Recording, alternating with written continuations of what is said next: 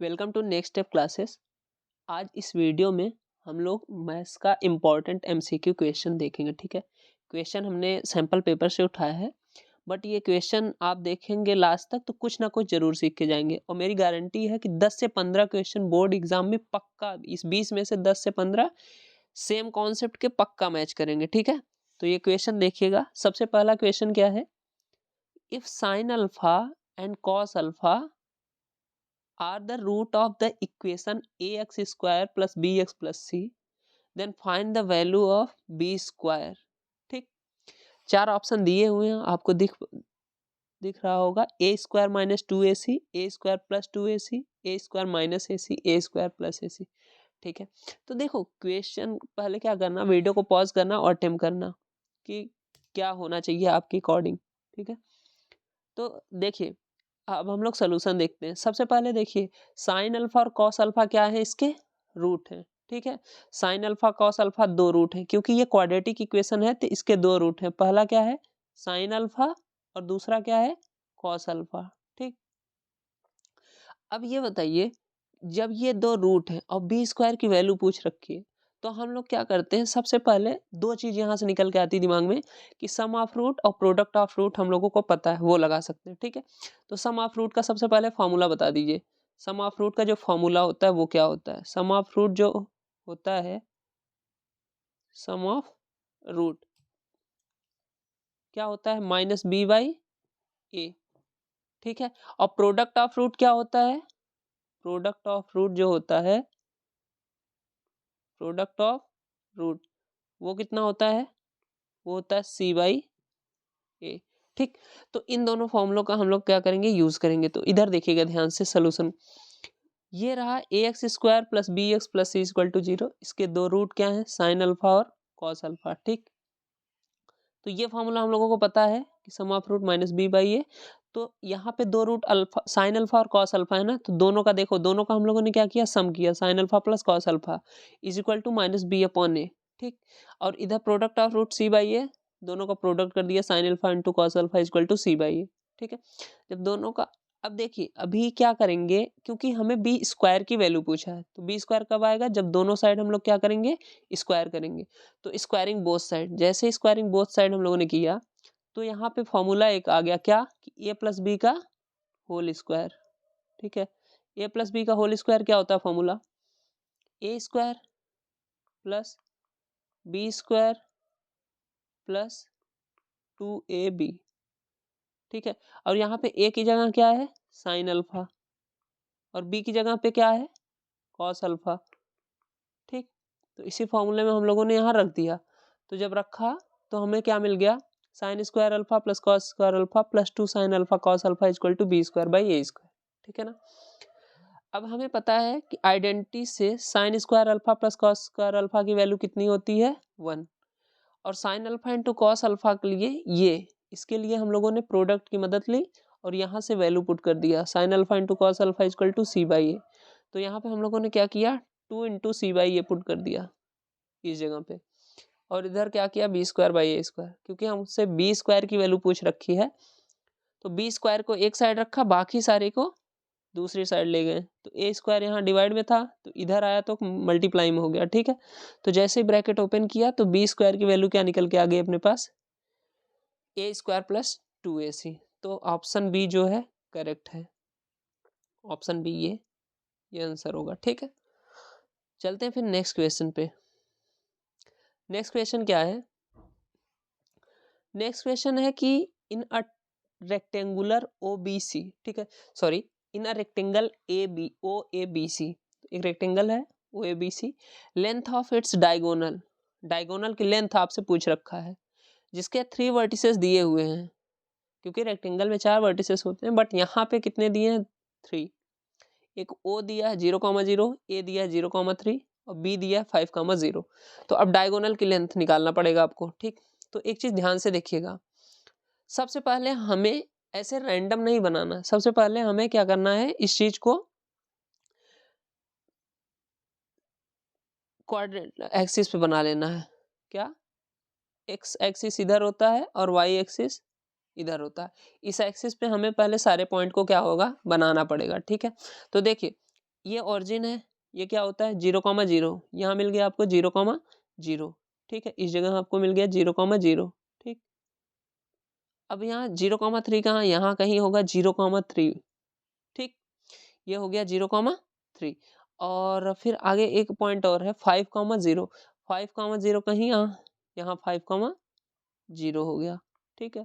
और इधर कहाँ ही 0,3 हो जाएगा, ठीक।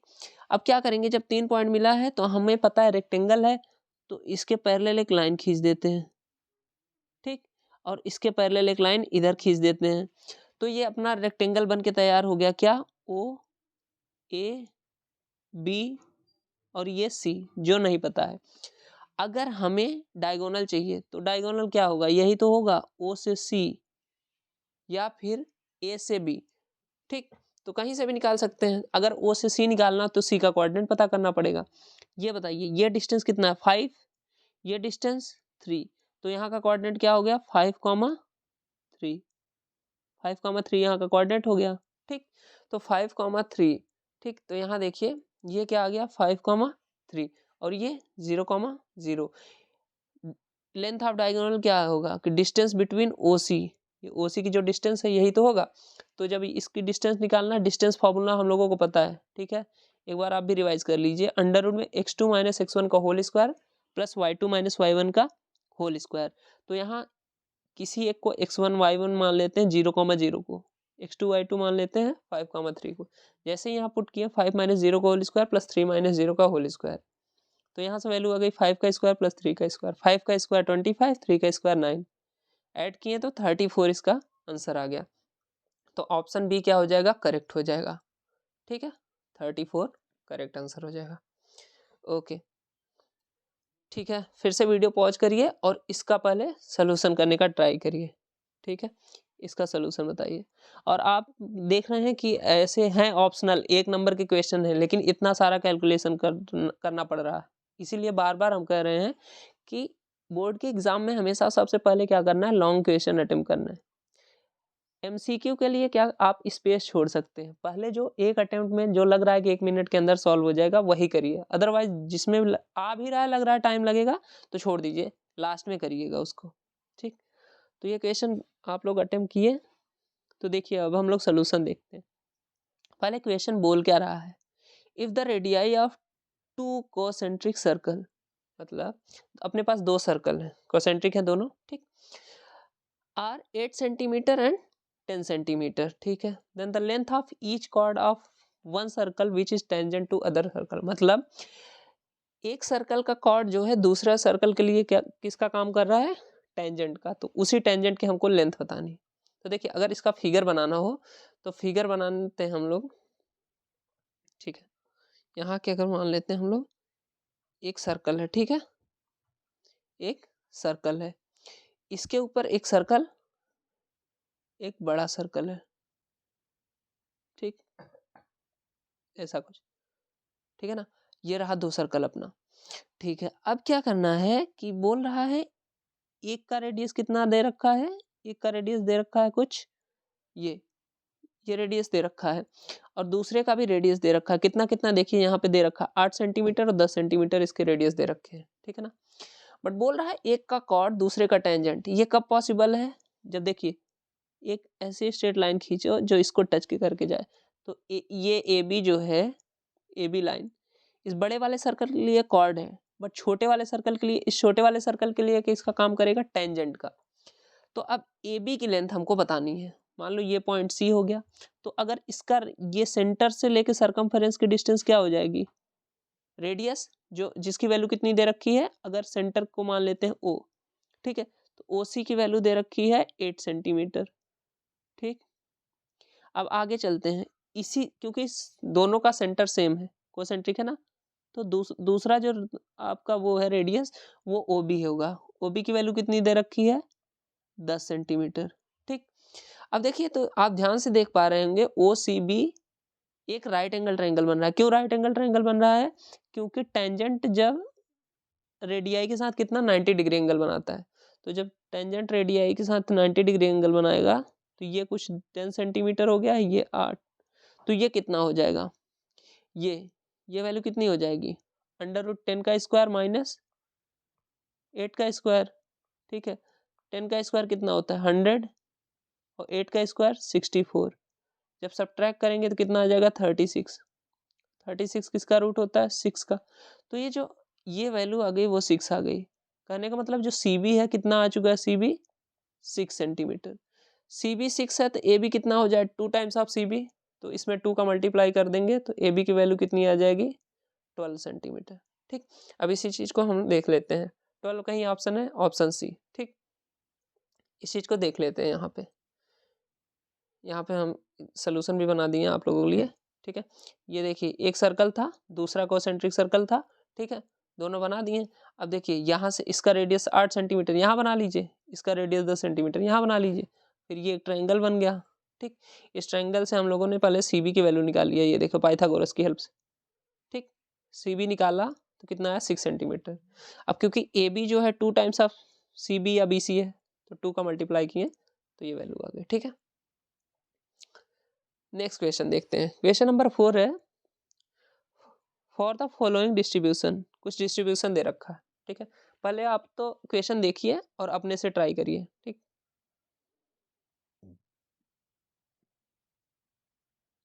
इसमें आप लोगों से पूछ रखा है मीडियन क्लास बताना है। इस डिस्ट्रीब्यूशन के लिए मीडियन क्लास बताने का मीडियन क्लास कौन सा होगा। क्या क्या दिया है, मार्क्स ऑब्टेन दिया, नंबर ऑफ स्टूडेंट दिया है। बट मार्क्स ऑब्टेन किस फॉर्म में दिया है, डायरेक्ट ना दे के कैसे दे रखा है, देखिए बिलो 10 ये डाटा दे रखा है, बिलो 20 ये डाटा दे रखा है, बिलो 30 ये है, बिलो 40 ये है, बिलो 50 और बिलो 60। ठीक, ये डाटा दे रखा है। अब ध्यान से देखिएगा आप लोग, यहाँ एक बात समझने की कोशिश करिएगा, बिलो 10 दे रखा है, मार्क्स बिलो 10, मार्क्स निगेटिव तो ऐसा कुछ नहीं होगा निगेटिव आया होगा, क्योंकि यहाँ 10 का डिफरेंस, 10 के बाद 20 आया तो मतलब जो इंटरवल है वो 10 का है, तो 0 से स्टार्ट हुआ है, पहला 0 से 10 आएगा। ठीक, यहाँ 0 से 10, 0 से 10, बिलो 10 मतलब 10 से कम, 10 नंबर से कम पाने वाले कितने लड़के हैं 3। ठीक, और बिलो 20 दे रखा है 12। ठीक, ऐसे करके आगे सारा वैल्यू दे रखा है। तो अगर 0 से 10 की बात करेंगे तो 3 ही लड़के होंगे। ठीक, 3 ही स्टूडेंट होंगे। तो कहने का मतलब जब भी बिलो करके ऐसे डाटा दे, डायरेक्ट ऐसे ना दे के बिलो 20 बिलो 10 ऐसे करके दे, तो समझ लीजिएगा ये जो गिवन डाटा है वो फ्रीक्वेंसी ना होके क्या है, कुमुलेटिव फ्रीक्वेंसी, जिसको हम लोग के बोलते हैं CF। ऐसा क्यों, क्योंकि जब बिलो 20 बोलेगा तो बिलो 10 वाले भी तो आ जाएंगे स्टूडेंट इसमें। ठीक है, तो हम लोगों को पहले निकालना पड़ेगा फ्रीक्वेंसी। फ्रीक्वेंसी निकलेगी कैसे, वैसे देख लेते हैं आप कैसे निकलेगी। ठीक है, जरूरत तो नहीं पड़ेगी इस चीज का, ये चीज ऑप्शनल है। अगर यही चीज आपसे मोड में पूछा जाए तो इसकी जरूरत पड़ेगी, फिलहाल यहाँ नहीं पड़ेगी इस क्वेश्चन में करने के लिए, बट इस क्वेश्चन हम लोग वहां के लिए तैयारी कर लेते हैं, सीख लेते हैं। तो इसका फ्रिक्वेंसी जब निकालना हुआ तो फ्रिक्वेंसी देखिए कैसे निकलेगा। पहला क्या है 0 से 10, वो वैल्यू हो जाएगी 3। ठीक, 0 से 10 में 3 हो जाएगी। दूसरा क्या है बिलो 20, तो बिलो 20 में 10 वाले भी शामिल हो गए, तो 10 वाले माइनस कर दो, ऊपर की 3 वैल्यू माइनस किए तो कितना आ गया 12 माइनस 3 9। बिलो 30 में 20 के नीचे वाले भी आ गए हैं, तो उसको क्या करो 27 माइनस 12 कर दो, 27 माइनस 12 करेंगे तो 15 आ जाएगा। ऐसे ही करके 57 माइनस 27 करेंगे 30 आ जाएगा। कहने का मतलब क्या करना है, ये जो नीचे वाली वैल्यू है उसमें से माइनस कर देना ऊपर वाली वैल्यू को, तो फ्रिक्वेंसी का टेबल मिल जाता है। ये आगे जरूरत पड़ेगी, फिलहाल इस क्वेश्चन में नहीं पड़ेगी। इस क्वेश्चन को सॉल्व करने के लिए सबसे पहले देखना पड़ेगा n, ये तो लास्ट की जो वैल्यू होती है वही होती है n। ठीक है ना, तो n यहाँ पे कितना है, देखिए n कितना है 80, तो n/2 कितना हो जाएगा, n/2 हो जाएगा 40। तो अब ध्यान से देखिएगा 40 किधर आएगा, 3 में तो आएगा नहीं, 12 में भी नहीं आएगा, 27 में भी नहीं आएगा, 27 से ज़्यादा है। तो 27 से आगे कौन है 57, ध्यान से देखिएगा 27 के आगे कौन है 57, तो हमारा इस वाले क्या आएगा रेंज में आ जाएगा। तो इस वाले रेंज के लिए हमारा क्लास इंटरवल क्या दे रखा है 30 से 40। तो अपना जो मीडियन क्लास जो पूछा था वो क्या हो जाएगा ऑप्शन सी 30 से 40। ठीक है, आई होप कि समझ में आया होगा। नेक्स्ट क्वेश्चन देखते हैं, क्वेश्चन नंबर 5। क्वेश्चन नंबर 5 इस प्रकार है, कि इन एन एपी, एपी दे रखा है जिसमें ए मतलब फर्स्ट टर्म दे रखा है 1, ए एन दे रखा है 17, एस एन दे रखा है 216, then find the value of N, N की वैल्यू बताना है। तो सबसे पहले आप लोग सॉल्व करिए और बताइए कि कौन सा आंसर करेक्ट होगा, ठीक है। और फिर बाद में आप लोग बताइएगा कमेंट सेक्शन में कि आउट ऑफ 20 कितना करेक्ट हुए हैं आप लोगों का, ठीक है, ईमानदारी से। तो फिलहाल सोल्यूशन देखते हैं इसका, ठीक। सोल्यूशन में देखिए इस बात को ध्यान से रखिए, दिया क्या है nth टर्म और n टर्म का सम। तो दोनों का सबसे पहले फॉर्मूला बता दीजिए। एपी में nth टर्म क्या होता है, a plus n minus 1 into d, और एस एन का फॉर्मूला क्या होता है, एस एन इक्वल टू होता है n/2, ठीक है, n/2 ब्रैकेट में 2a plus n minus 1 into D, ठीक है ना, ये फॉर्मूला होता है। अब क्या करते हैं, यही दोनों फॉर्मूले लगाएंगे और दोनों की वैल्यू पुट कर देंगे। तो हम लोगों ने क्या किया, फॉर्मूला लगाया a n equal to a plus N minus 1 into d और s n equal to n/2 2a plus N minus 1 into D, ठीक है। तो ए एन जब फॉर्मूला लगाया, यहाँ पे ए एन दे रखा है 17, ठीक है, देख पा रहे होंगे ऊपर यहाँ पे, और ए की वैल्यू दे रखा है 1, तो जैसे पुट किए यहाँ 17 1 plus N minus 1 into D, ठीक। तो ये 1 जो है लेफ्ट में, इसको लेफ्ट में जब लाएंगे तो प्लस में है तो माइनस में हो जाएगा। तो n माइनस 1 की value, n minus 1 into D की वैल्यू 17 माइनस 1 कितना आ जाएगा 16। अब इसको ऐसे ही रहने दो, राइट साइड आओ, एस एन की वैल्यू कितना दे रखा है 216, ठीक है, n/2 ऐसे ही रहने दो, 2 इंटू ए की वैल्यू दे रखा है 1 और इधर n माइनस 1 इंटू डी, ये 2 इधर डिवाइड में इधर आएगा तो मल्टीप्लाई, मल्टीप्लाई 432 हो गया। इधर बचा n ब्रैकेट में 2 प्लस, देखिए यहाँ से n माइनस 1 इंटू डी ना, इसकी वैल्यू यहाँ पे निकाल रखे हम लोग 16, तो ये 16 ले आके यहाँ पे पुट कर दिए। पुट करने के बाद जब हम लोग सॉल्व किए तो n की वैल्यू क्या आ गई 432 डिवाइड बाई 18, जब सॉल्व किए उसको डिवाइड किए तो n की वैल्यू आई कितना 24, तो 24 कौन सा ऑप्शन है, ऑप्शन नंबर सी, तो ये करेक्ट हो जाएगा, ठीक है। क्वेश्चन नंबर 6 देखते हैं, ठीक है, पढ़ लीजिए क्वेश्चन और वीडियो पॉज करके सबसे पहले ट्राई करिए क्या होना चाहिए।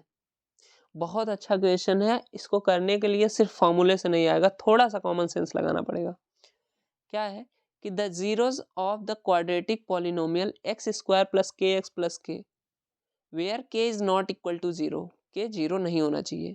तो कौन सा ऑप्शन इसमें से सही होगा कि can not both the positive, दोनों पॉजिटिव नहीं हो सकते, can not both the negative, दोनों निगेटिव नहीं हो सकते, और ऑलवेज इक्वल, दोनों जो होगा, जो दोनों जीरोज होंगे वो हमेशा इक्वल होंगे, या दोनों जीरोज जो होंगे हमेशा नॉट इक्वल होंगे, ठीक है। अच्छा देखिए, इस क्वेश्चन की मदद से आपको थोड़ा सा कुछ सीखने को मिलेगा। तो यहाँ पे जो है, सबसे पहले अपने पास दो ऑप्शन, जब भी क्वाड्रेटिक इक्वेशन देखिएगा तो आपके दिमाग में दो चीजें चलना चाहिए। एक कि डिस्क्रिमिनेंट से रिलेटेड चीजें, डिस्क्रिमिनेंट क्या होता है, बी स्क्वायर माइनस 4ac, ठीक। और दूसरा कोफिशिएंट और रूट में रिलेशन, जो सम ऑफ रूट होता है अल्फा प्लस बीटा और प्रोडक्ट ऑफ रूट होता है अल्फा इंटू बीटा, ठीक है, ये होता है माइनस बी अपॉन ए और ये होता है सी अपॉन ए, ठीक। तो यहाँ पे देखिए दोनों लगा के देख लेंगे, अगर इससे कोई कंक्लूजन नहीं निकलेगा यहाँ पे, क्यों, दिखाते हैं आप लोगों को। अगर डिस्क्रिमिनेंट निकालें, बी स्क्वायर माइनस 4ac निकालें, तो b की वैल्यू k है, यहाँ देख पा रहे होंगे b की वैल्यू कितनी है, k है, x का कोएफिशिएंट b होता है, तो b का स्क्वायर मतलब k का स्क्वायर माइनस 4 इंटू a की जगह 1 और c की जगह k स्क्वायर माइनस 4k। तो इससे हम कुछ कह नहीं सकते कि k की वैल्यू, जो आने वाला अपना रूट है दोनों, वो क्या होगा। अब आते हैं अपने पास, तो ये अपने काम का नहीं है इस क्वेश्चन में। इधर देखते हैं हम, सम ऑफ जीरोज लगाइए, सम ऑफ जीरोज क्या होता है माइनस बी बाई ए, तो माइनस बी की जगह के है, ए की जगह 1 है, तो माइनस के आ गया, ठीक है। प्रोडक्ट ऑफ जीरो लगाया हम लोगों ने, प्रोडक्ट ऑफ जीरो जब लगाया तो प्रोडक्ट ऑफ जीरो कितना आया सी बाई ए, और सी बाई ए जब सॉल्व किया तो के बाई 1 आया। अच्छा अब देखिए डायरेक्ट आंसर नहीं मिला, लेकिन यहाँ से अब आंसर हम लोगों को क्या करना पड़ेगा, निकालना पड़ेगा। कैसे, देखिए पहले ऑप्शन को देखिए आप लोग, पहले ऑप्शन को, पहला ऑप्शन क्या है कि can not both the positive, दोनों पॉजिटिव नहीं हो सकते। अच्छा क्यों, अल्फा और बीटा दोनों पॉजिटिव नहीं हो सकते, इनकी बात सही है। क्यों, क्योंकि जब दोनों पॉजिटिव होते हैं, यहाँ देखिए अल्फा प्लस बीटा क्या आया है, अल्फा प्लस बीटा जो आया है, अल्फा प्लस बीटा क्या आया, माइनस के। क्या ये दोनों पॉजिटिव हो सकते हैं, नहीं हो सकते। क्यों, क्योंकि दो पॉजिटिव नंबर को जब ऐड करते हो तो कभी निगेटिव नहीं आ सकता। ठीक है, तो इनकी बात सही है, ऑप्शन नंबर फर्स्ट जो है वो सही है कि जो रूट होंगे वो can not both the positive, दोनों पॉजिटिव नहीं होंगे। ठीक है, तो ये करेक्ट हो गया। बाकी गलत क्यों है वो बताते हैं। Can not both the negative, second option बोल रहा है can not both the negative, दोनों निगेटिव नहीं हो सकते। क्यों नहीं हो सकते, हो तो सकते हैं भाई। अगर दोनों निगेटिव हुए, मान लो -2 -3, तो ऐड किया -6 पॉसिबल है, निगेटिव में आ सकता है। और दोनों का मल्टीप्लाई क्या आना चाहिए, पॉजिटिव आना चाहिए। यहाँ देखो पॉजिटिव आया, तो दोनों का मल्टीप्लाई पॉजिटिव आ सकता है, -2 × -3 प्लस का 6 आ जाएगा। तो ऑप्शन बी जो है वो गलत होगा, ऑप्शन सी भी गलत होगा। इक्वल कहाँ से होंगे, इक्वल होंगे, पॉजिटिव निगेटिव 0 आ जाएंगे, या फिर निगेटिव निगेटिव प्लस हो जाएंगे। तो सही ऑप्शन क्या हो जाएगा, can not both the positive. आगे चलते हैं, the pair of linear equation दे रखा है, दोनों इक्वेशन दे रखी है, बताना है कि ये दोनों लाइन किस टाइप की लाइन को प्रेजेंट करती हैं। ऑप्शन ए जो है intersecting, B coincident, C parallel, D can not be determine. तो इसके लिए क्या होगा, कोफिशिएंट देखना पड़ेगा। सबसे पहले यहाँ पे देखिए x का कोफिशिएंट को a1 पहली वाली इक्वेशन में, ठीक, और y के कोफिशिएंट को b1 और जो कांस्टेंट होता है c1, ऐसे ही दूसरे में क्या होता है ले लेंगे हम लोग। ठीक, तो देखिए यहाँ पे क्या किए हम लोग, a1/a2 निकालने, तो ऊपर से 3/6 आया, 3/6 वैल्यू 1/2 हो गई। फिर b1/b2 निकालें तो -1/-2 आया, तो 1/2 आ गया। c1/c2 9/10 आया। अब क्या हुआ, यहाँ तो फर्स्ट a1/a2 b1/b2 बराबर है, बट c1/c2 क्या है, नहीं बराबर है। तो जब ये नहीं बराबर है तो इसका मतलब ये दोनों लाइन क्या होंगी, पैरेलल होंगी। ठीक है, ये दो लाइन कुछ ऐसे जाएंगी, पहली लाइन ऐसे जाएगी और दूसरी लाइन ऐसे जाएगी। ठीक है, दोनों लाइन पैरेलल। अब आपको हम लोग बताए थे क्लास में कि जब दो लाइन पैरेलल होती हैं तो क्या ये एक दूसरे को कभी कट करेंगी, नहीं कट करेंगी। और नहीं कट करेंगी इसका मतलब यहाँ क्या आएगा, नो सॉल्यूशन। ठीक है, तो यहाँ करेक्ट ऑप्शन क्या हो जाएगा, पैरेलल लाइन हो जाएगा। और सॉल्यूशन पूछता तो नो सॉल्यूशन हो जाता। ठीक है, यहाँ पे हम लोग किए ऑप्शन नंबर सी। एक बार रिवाइज करा देते हैं, ये पैरेलल हुआ ना, तो पैरेलल में नो सॉल्यूशन आता है। ठीक है, अब अगर मान लीजिए अगर दो लाइन इंटरसेक्टिंग होती, ठीक, तो इसकी कंडीशन क्या होती है, a1/a2 not equal to b1/b2।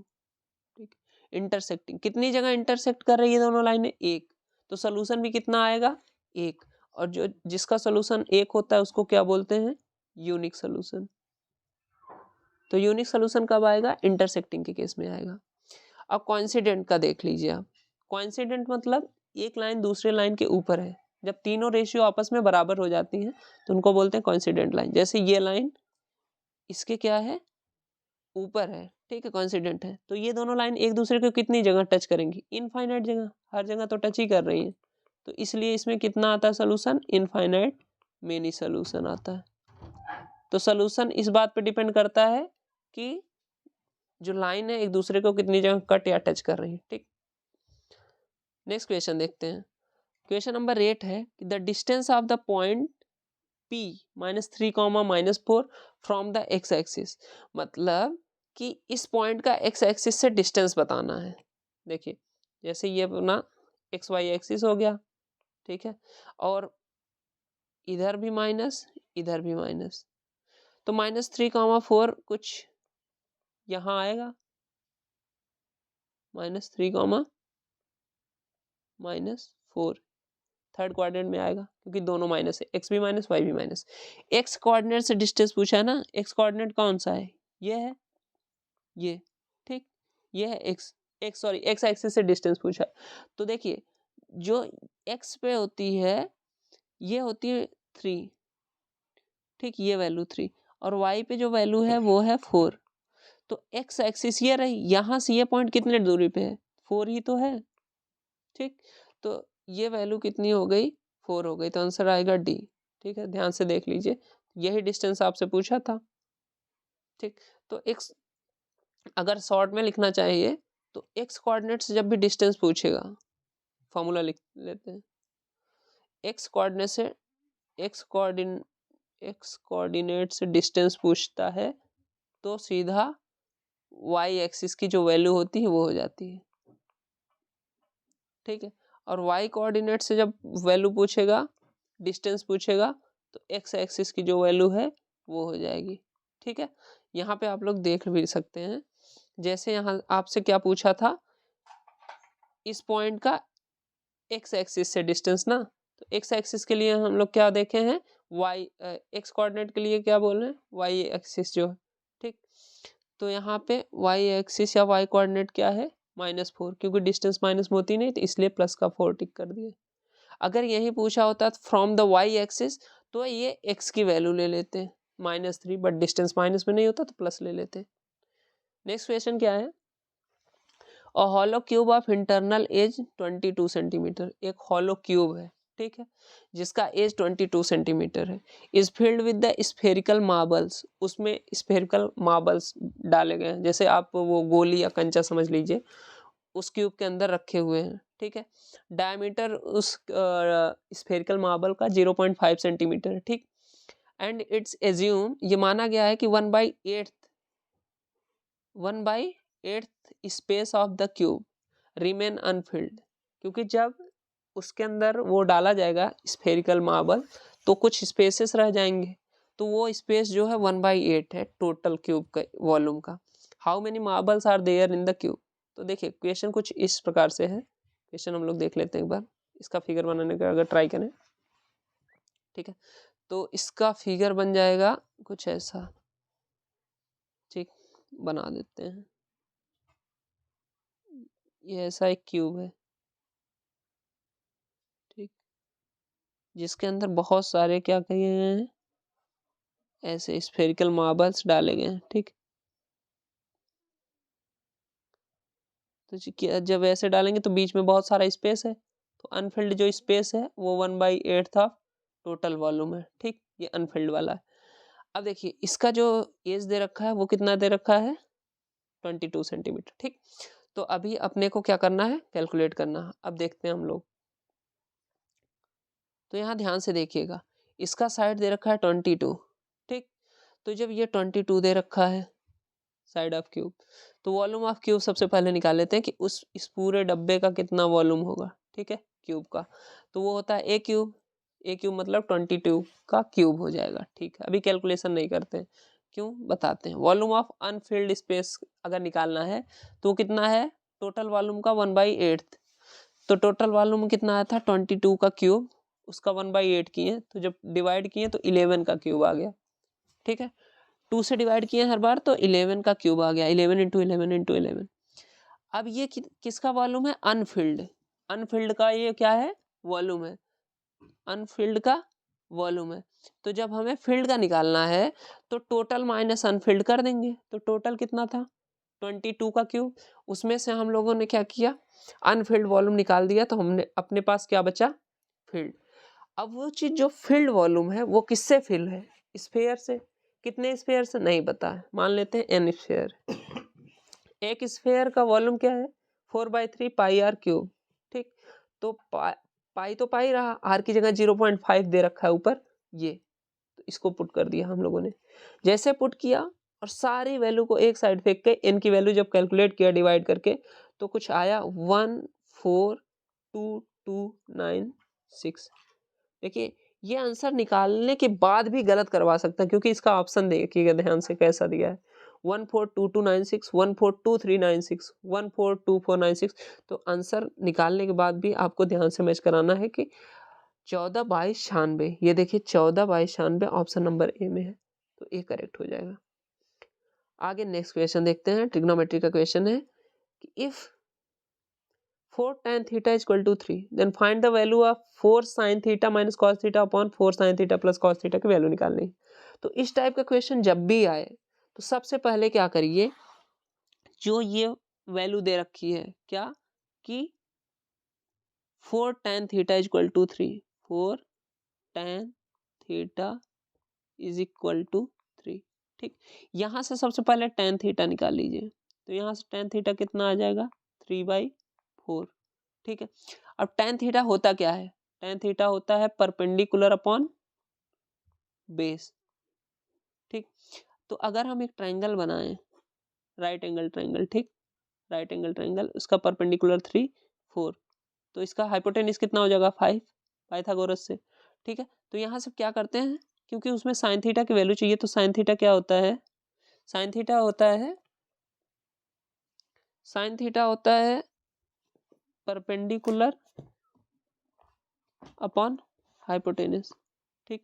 तो यहाँ परपेंडिकुलर कितना है 3 है और हाइपोटेन्यूज कितना है 5 है, तो 3/5। यहाँ देखिए कैलकुलेशन किए हैं, यहाँ कैलकुलेशन किए हैं, आपको दिखा देते हैं। साइन थीटा की वैल्यू कितना यहाँ पे आ गई हम लोगों की 3/5।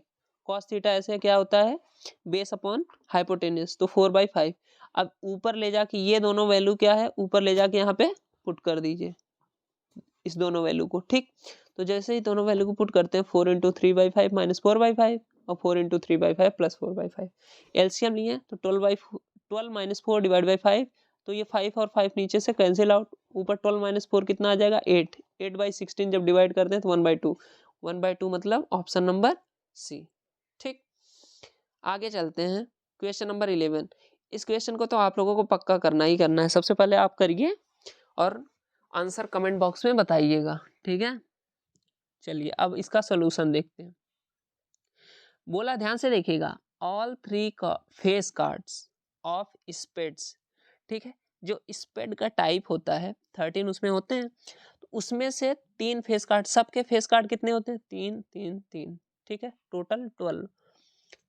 ये बोल रहे हैं स्पेड के फेस कार्ड इन्होंने क्या किया है निकाल लिया। अच्छा देखो टोटल कितने होते हैं अपने पास पत्ते कार्ड्स 52, उसमें से इन्होंने 3 निकाल लिया, वो भी स्पेड फैमिली से, ठीक है, स्पेड से, वो भी फेस कार्ड, ये हटा लिया है, ठीक। तो बचे कितने 49।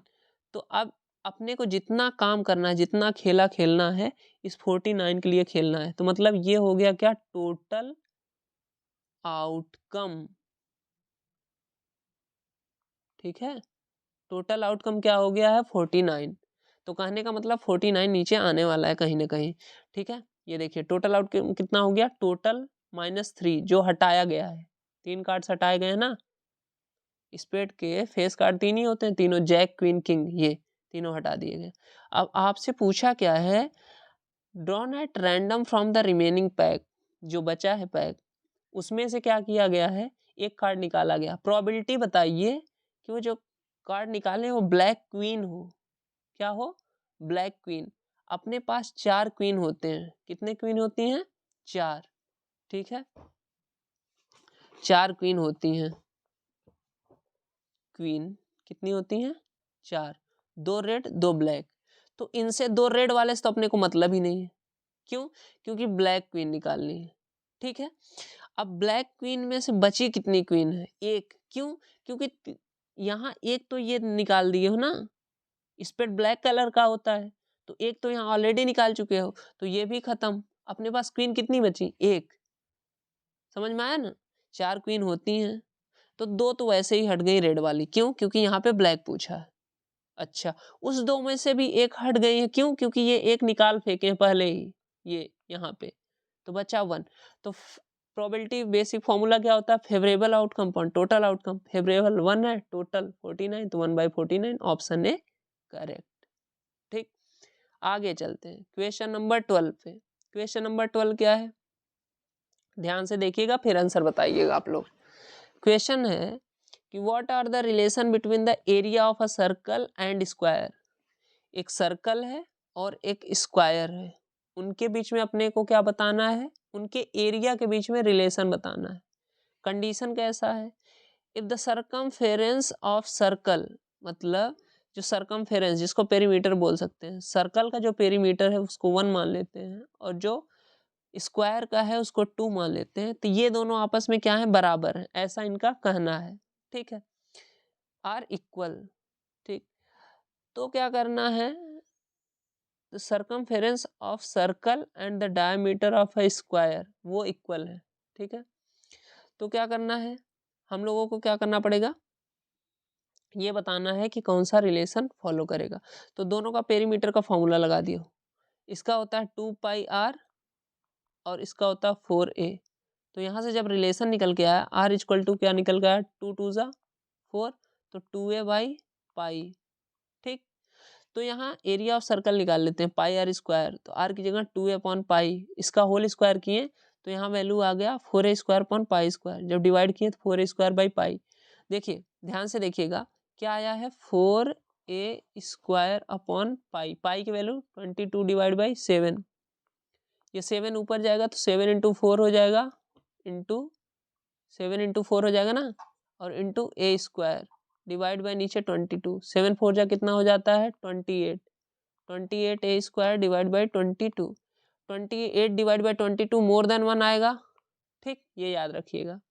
और जब एरिया ऑफ स्क्वायर की बात करते हैं तो सिर्फ a² आता है, तो यहाँ ये सिर्फ 1 है और ये 1 से ज़्यादा है क्योंकि 28 डिवाइड बाई 22, इसका मतलब जो सर्कल का एरिया निकाल रहे हैं हम लोग वो ज़्यादा है स्क्वायर के एरिया से। एक बार फिर समझिएगा, ये 28 डिवाइड बाई 22, डिनोमिनेटर छोटा है तो डिवाइड करेंगे एक से बड़ा आएगा, मोर देन 1 पॉइंट समथिंग आएगा ना, और ये सिर्फ 1 है, इसका मतलब क्या है, ये बड़ा है।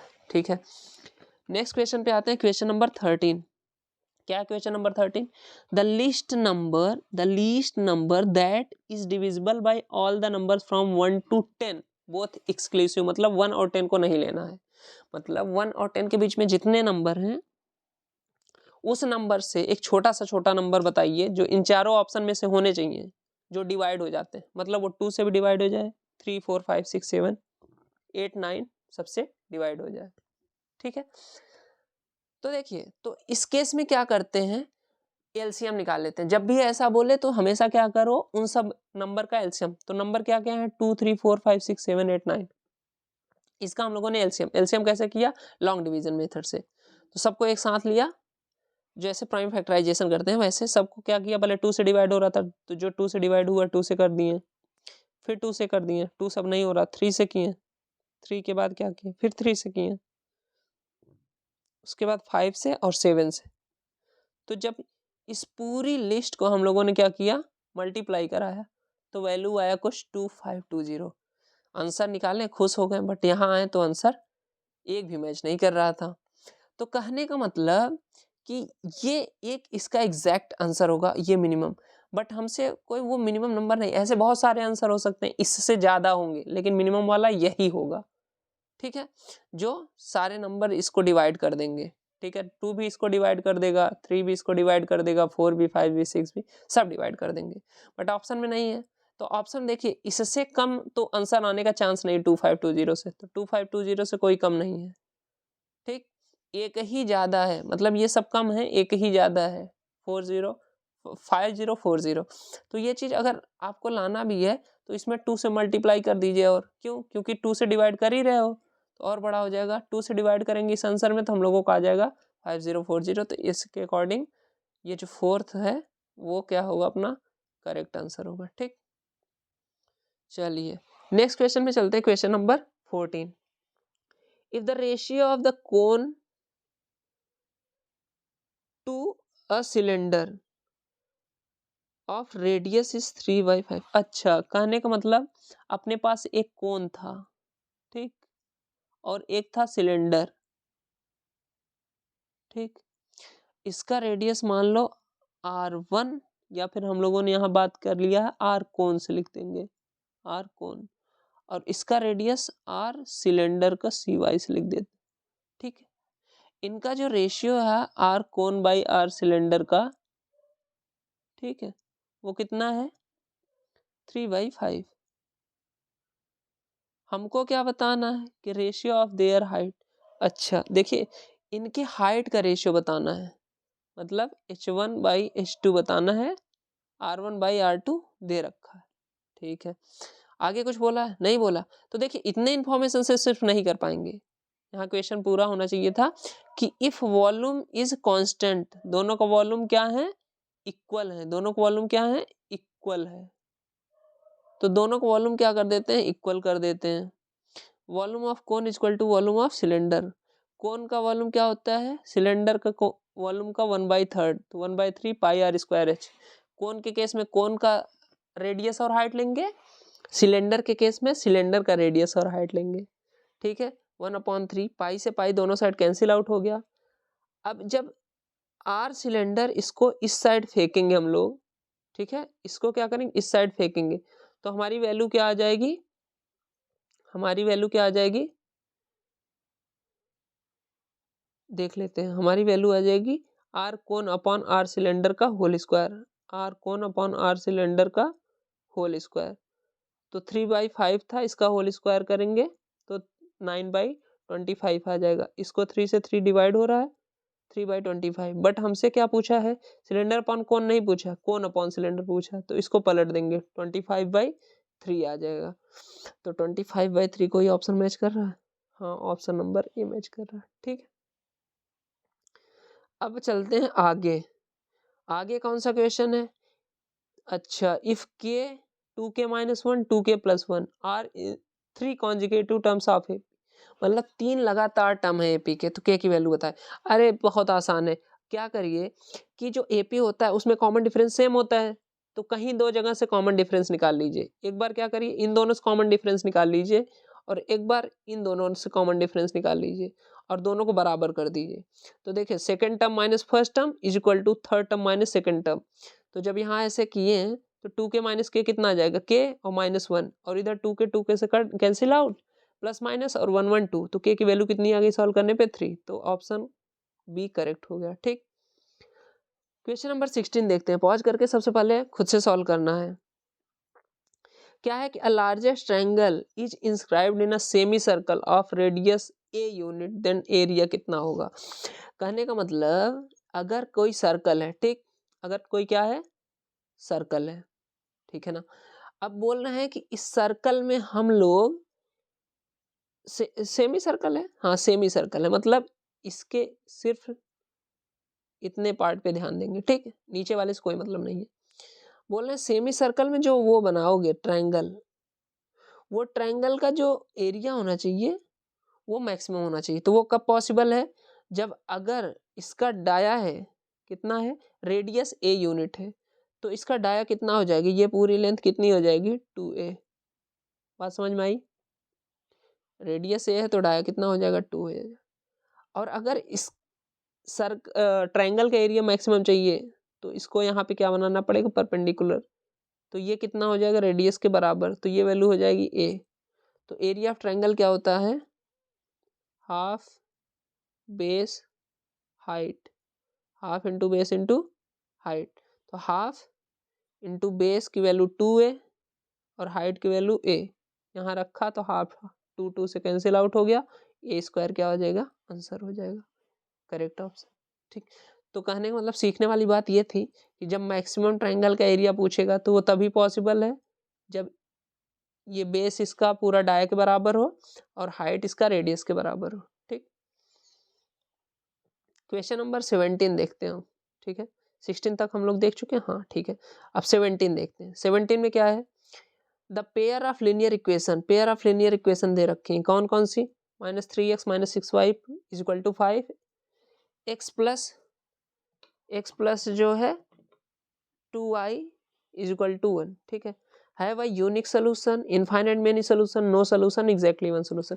तो ये सोल्यूशन पता करना है तो क्या करना पड़ेगा हम लोगों को, सोल्यूशन पता करने के लिए तो सबसे पहले पता करना पड़ेगा कि उनका जो कोफिशिएंट है, उनका रेशियो किस टाइप का रिलेशन बना रहा है। ठीक, तो फिलहाल यहाँ देखिए a1/a2, सबसे पहले क्या करेंगे, a1/a2 निकाल लेंगे, ठीक, a1/a2 निकाल लेंगे, और फिर उसके बाद b1/b2 निकाल लेंगे और c1/c2 निकाल लेंगे। तो जब हम लोग क्या किए, यहाँ देखिए a1/a2 निकालेंगे कितना आ जाएगा -3/1 -3/1। और ऐसे ही b1/b2 निकालेंगे तो ये देखिए b1/b2 जब निकालेंगे तो कितना आ जाएगा -6/2। तो ये भी क्या आ जाएगा -3। ठीक, ये भी -3, ये भी -3। और फिर क्या करेंगे c1/c2 तो दिख ही रहा है 5/1 5। तो ये क्या किया, ये तीन चीजें आपस में बराबर नहीं हुई। a1/a2 is equal to b1/b2 यहाँ तक तो सही था, but not equal to c1/c2। इसका मतलब क्या हुआ कि ये दोनों लाइन पैरेलल हैं, दो चीजें बराबर हैं तो ये दोनों लाइन एक दूसरे को कभी कट करेंगी, नहीं कट करेंगे। और नहीं कट करती, पैरेलल लाइन कभी नहीं कट करती, तो इसका सोल्यूशन क्या हो जाएगा, नो सोल्यूशन। करेक्ट आंसर अब नो सोल्यूशन सी। ठीक, आगे चलते क्वेश्चन नंबर 18। ठीक है, तो ध्यान दीजिएगा, बस वीडियो खत्म ही होने वाला है, 18 पहुंच चुके हम लोग। The probability of picking a रॉटन Apple from a lot of, Apple नहीं एग होना चाहिए क्योंकि रॉटन एग लिए गए हैं ना, तो यहाँ एप्पल काट के क्या करिएगा, एग कर लीजिएगा। रॉटन मतलब खराब एग, लॉट ऑफ 400 एग, तो 400 एग हैं, उसमें से खराब एग निकालने की प्रोबेबिलिटी दे रखी है 0.035। तो नंबर ऑफ रॉटन एप्पल, एप्पल का है लिख दिए यार, एग लिखो, सब जगह एग है ना, तो एग ही लिखो। तो 400 एग हैं, अपने पास कितने एग हैं टोटल, टोटल आउटकम जो है, आउटकम वो है 400। और प्रोबेबिलिटी दे रखा है रॉटन की, रॉटन एग की प्रोबेबिलिटी 0.035 दे रखा। ठीक, और पूछा नंबर ऑफ रॉटन। ठीक, तो प्रोबेबिलिटी का सबसे पहले लगा देंगे अपना बेसिक सा फॉर्मूला, ये इंफॉर्मेशन दे रखी। ठीक, प्रोबेबिलिटी का बेसिक का फॉर्मूला क्या होता है, favourable outcome upon total outcome. तो फेवरेबल क्या है अपने पास, जिसकी प्रोबेबिलिटी दे रखी होती है वही अपने लिए फेवरेबल होता है। तो favourable number of रॉटन egg divide by total 400। तो 400 को जब 0.035 से मल्टीप्लाई किया तो 14 आ गया, तो यही नंबर ऑफ रॉटन एग हो जाएगी। ये आसान क्वेश्चन था, ऑप्शन बी। आगे चलते हैं, अब यहां से आया एसर्शन रीजन का क्वेश्चन, ये बहुत इंपॉर्टेंट है। ठीक, ध्यान से देखिएगा, cos square alpha plus sign square alpha की वैल्यू 1, अच्छा, is a trigonometric identity. Statement क्या दे रखा है, ए। असर्शन दे रखा है कि cos square alpha plus sign square alpha, या ए कुछ भी हो सकता है, इसकी वैल्यू क्या दे रखी है 1। ये ट्रिग्नोमेट्रिक आइडेंटिटीज होती है, हाँ सही बात है। तो असर्शन जो हो गया वो हो गया करेक्ट। अरे ये तो हम लोग ट्रिग्नोमेट्री में पढ़े ही हैं, असर्शन करेक्ट हो गया। अब आगे चलते हैं, आगे क्या है, रीजन पता करने के लिए रीजन में असर्शन के आगे लगाइए बिकॉज। अगर इस बिकॉज का आंसर मिल जाए तो समझ लीजिए करेक्ट एक्सप्लेनेशन है, अगर आंसर नहीं मिले तो समझ लीजिए करेक्ट एक्सप्लेनेशन नहीं है। तो sine square A plus cos square A equal to 1 because an equation involving trigonometric ratio, एक इक्वेशन जिसमें ट्रिग्नोमेट्रिक रेशियो इन्वॉल्व हो, sine alpha cos alpha involve है, sine A cos A involve है, of an angle, एक angle के साथ, angle यहाँ क्या है A, is called trigonometric identities, बात सही है। If it is true for all values of the angle involve, main line यही है। ठीक है, मतलब वो बोल रहा है जिसमें ट्रिग्नोमेट्रिक फंक्शन हो, जैसे साइन अल्फा कॉस अल्फा ये सब, साइन थीटा कॉस थीटा ये सब, टेन थीटा। और दूसरी बात बोल रहा है कि कोई एंगल हो जिसमें उस एंगल की कुछ भी वैल्यू पुट कर दे, हमेशा क्या करे सेटिस्फाई कर दे, तो उसी को बोलते हैं ट्रिग्नोमेट्रिक आइडेंटिटीज। बात एकदम सही है, तो दोनों सही है और करेक्ट एक्सप्लेनेशन भी है, मतलब ऑप्शन नंबर ए इसका सही हो जाएगा। Both are true and correct explanation, तो दोनों सही है, करेक्ट एक्सप्लेनेशन है, तो इसलिए ऑप्शन ए जो है सही हो जाएगा। आगे चलते हैं, स्टेटमेंट, और स्टेटमेंट क्या है, असर्शन इन अ सर्कुलर, ठीक है, in a circular drum of radius, radius कितना है 4.2 सेंटीमीटर, बगल में लिखते चलते हैं, रेडियस कितना है 4.2 सेंटीमीटर में है सब, ठीक है। और आगे चलते हैं, और हाइट उसकी दे रखी है ड्रम की 3.5 मीटर में, सॉरी यहाँ भी मीटर में है, सब मीटर में है। The number of the full bags of wheat can be emptied if the space required for wheat of each bag is 2.1 is 92 bag. अच्छा है, इस पूरे कहानी का मतलब आपको समझा देते हैं कि एक अपने पास सिलेंडर है जिसका रेडियस और हाइट ये दे रखा है, बोल रहा है इसमें गेहूं का पैकेट बना के डाला जा रहा है, गेहूं का पैकेट बना के इसके अंदर डाला जा रहा है। एक गेहूं का पैकेट का जो वॉल्यूम है वो दे रखा है कितना, 2.1 मीटर क्यूब, ठीक है 2.1 मीटर क्यूब। तो बोला जाएगा इसमें कितने कितने ये दे रखा है, इसमें बोला नियरली पे भी ध्यान दीजिएगा, इसमें लगभग 92 बैग्स आ जाएंगे, इनका कहना है, ठीक है। इनका कहना है कि इसमें नियरली कितने बैग आ जाएंगे, ठीक है 1 मिनट जस्ट, अभी हम लोग देख लेते हैं, थोड़ा पीछे हो गया था। कौन सा क्वेश्चन था हम लोगों का, लास्ट क्वेश्चन था ना, ठीक है। तो लास्ट क्वेश्चन ये था कि जो इसमें वैल्यू दे रखी है, जो हमारे पास सिलेंडर क्या बोलते हैं, 1 minute just wait wait wait, ठीक है ड्रॉ कर लेते हैं इसको, हाँ। तो ये जो ड्रॉ पे एक पेन सिलेक्ट कर लेते हैं, हाँ ये जो था सिलेंडर अपने, इसके अंदर कितने गेहूं वाले जो वेट वाले पैकेट हैं वो डाले जा सकते हैं, और एक वेट का कितना दे रखा है वॉल्यूम, एक वेट का जो पैकेट है इसका 2.1 मीटर क्यूब दे रखा है। तो रेडियस और हाइट ये दे रखा है सिलेंडर का। तो वॉल्यूम ऑफ ड्रम, पहले पूरा ड्रम कैसा सिलेंड्रिकल है तो पाई आर स्क्वायर से इसका वॉल्यूम निकाल लिया, कितना आ गया, पाई आर स्क्वायर की जगह 4.2 का square into 3.5। Number of bag निकालना है तो क्या करो, इस पूरे ड्रम के वॉल्यूम को डिवाइड कर दो, किसके वॉल्यूम से, बैग के, एक बैग के वॉल्यूम से डिवाइड कर दो। तो एक बैग का वॉल्यूम कितना दे रखा है 2.1, डिवाइड किए तो वैल्यू आई 92.4। तो क्योंकि यहाँ नियरली बोल रखा था तो इसलिए 92.4 को हम लोग 92 करेक्ट मानेंगे, ठीक। तो पहली बात तो सही है। रीजन देखते हैं, रीजन दे रखा है कि volume of a circular drum is half pi R square H. क्या बात कर रहे हो, वॉल्यूम ऑफ ड्रम तो होता है, जो सिलेंडर होता है उसका पाई आर स्क्वायर एच होता है, ये बोल रहे हैं half pi R square H. तो मतलब इसका स्टेटमेंट 2 जो है वो क्या हो गया, फॉल्स हो गया, ठीक है। तो ये था आपका 20 क्वेश्चन, इससे आप लोग बहुत कुछ सीखे भी होंगे। और ध्यान रखिएगा, मैं फिर से बता रहा हूँ कि जो MCQ क्वेश्चन है उनको लास्ट में अटेम्प्ट करना है, और MCQ जो क्वेश्चन है उनको लास्ट में अटेम्प्ट करना है।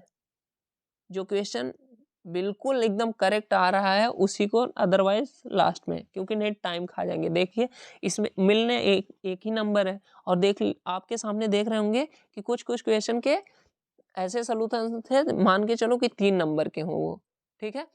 तो करना है क्या कि इसको लास्ट में करना है MCQ को, ठीक। और यहाँ जितने क्वेश्चन हैं इसको 1 2 बार 3 बार आप कॉन्सेप्ट के साथ रिवाइज कर लेंगे तो आप देखिएगा पक्का आपको बोर्ड में मिलेंगे जरूर क्वेश्चन। अगर ये डाटा नहीं मिला तो कॉन्सेप्ट पक्का मिलने वाला है, ठीक है। तो वीडियो को देखने के लिए बहुत बहुत धन्यवाद, और वीडियो अच्छा लगा तो लाइक करिएगा और चैनल को सब्सक्राइब करिएगा, चैनल नेक्स्ट स्टेप, ठीक है। तो थैंक यू।